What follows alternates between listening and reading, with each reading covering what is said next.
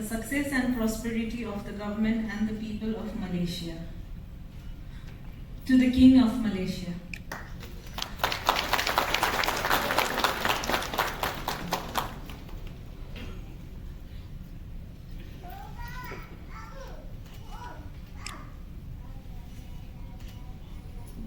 Please be ready for the national anthem of Malaysia.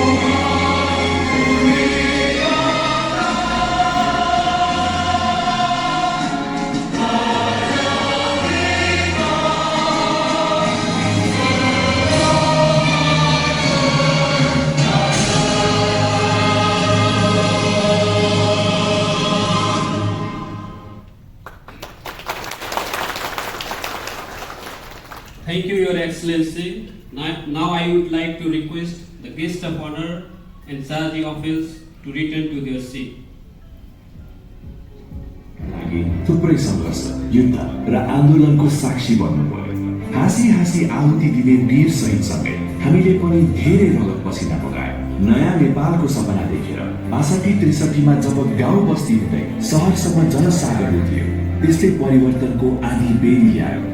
हामीले 238 वर्ष पुरानो राजतन्त्रलाई विदा गर्यो। त्यही लोकतान्त्रिक आन्दोलनको जगले गणतन्त्र स्थापना गरेर विश्व सामु फेरि हामीले हाम्रो ताकत प्रदर्शन गर्यौँ। हामीले पहिलो पटक जनता माझबाट राष्ट्रको मूल कानून नेपालको संविधान 2072 जारी गर्यो। नेपालको संवैधानिक इतिहासमा सार्वभौम नेपाली जनताले जारी गरेको यो पहिलो सर्वोच्च कानून बन्यो। लाखौं नेपाली मनहरू मिलेर बनाएको यो संविधानका थुप्रै विशेषता छन्। तीमध्ये संघीय लोकतान्त्रिक गणतन्त्रात्मक शासन व्यवस्था, सार्वभौम र राजकीय सत्ता जनतामा, 7 प्रदेशको संघीय संरचना, संघ, प्रदेश र स्थानीय गरी 3 तहको राज्य संरचना, संघीय र प्रदेश संसदबाट निर्वाचित संवैधानिक राष्ट्रपति, सुधारिएको संसदीय शासन प्रणाली, संसदबाट निर्वाचित प्रधानमन्त्री कार्यकारी प्रमुख, एकीकृत न्यायपालिका, आमा वा बाबुको नामबाट वंशजको नागरिकता, सबै मातृभाषा, राष्ट्रभाषा, सबै नागरिकलाई बिना भेदभाव मौलिक हक र स्वतन्त्रताको सुनिश्चितता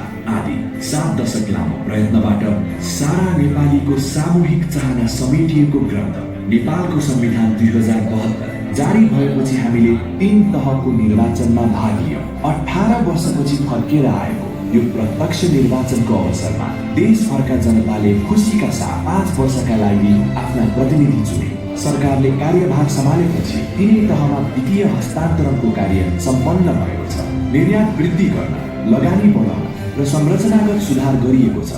राष्ट्रिय गौरव र परिवर्तनकारी ठूला आयोजना कार्यान्वयनका माध्यमबाट विकास र रोजगारलाई जोड दिइएको छ। सामाजिक सुरक्षाको अवधारणा अघि बढाइएको छ। सुशासन र शासकीय सुधारमा प्रभावकारिता ल्याइएको छ।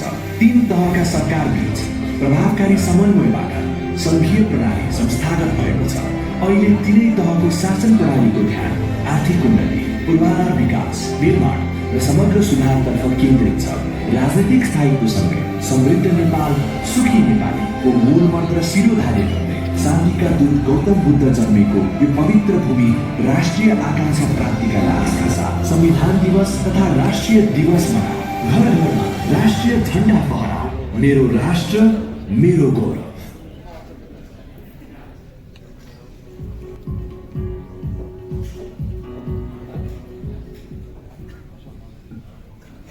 The Honorable Dr. Sri Abdul Rahman bin Has, distinguished guests, ladies and gentlemen, Namaste, Salamat Pratam. It is my honor and privilege to welcome you all this evening to the celebration of Constitution Day, which is the National Day of Nepal. On behalf of the Embassy of Nepal, I express sincere gratitude for accepting our invitation. On this happy occasion, let me begin by extending best wishes and warm greetings to the Nepali community living in Malaysia and Malaysian friends of Nepal, both of whom are valuable assets that Nepal has in this beautiful country. The current constitution of Nepal was promulgated 9 years ago on 20 September 2015 by the Constituent Assembly, and it was endorsed by the overwhelming majority of the people's elected representatives. With the promulgation of the Constitution, the country's political landscape transformed into the Federal Democratic Republic of Nepal. The Constitution guarantees equality, freedom, dignity, and human rights of citizens. Following the successful political transition, Nepal is now focused on socio-economic transformation to uplift the living condition of ordinary people. In this context, Nepal looks forward to its continued partnership with its friends and well-wishers across the world in its development efforts. Excellencies, distinguished guests, ladies and gentlemen, Nepal and Malaysia enjoy cordial and excellent bilateral relations ever since the establishment of diplomatic relations on 1st January 1960. Nepal highly values its relationship with Malaysia.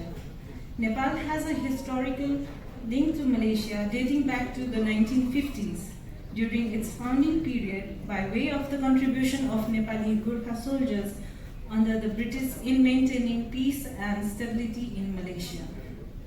Nepal and Malaysia have also been enjoying mutual cooperation in political, economic, and cultural field, and keep similar views on many regional and international issues of common interest.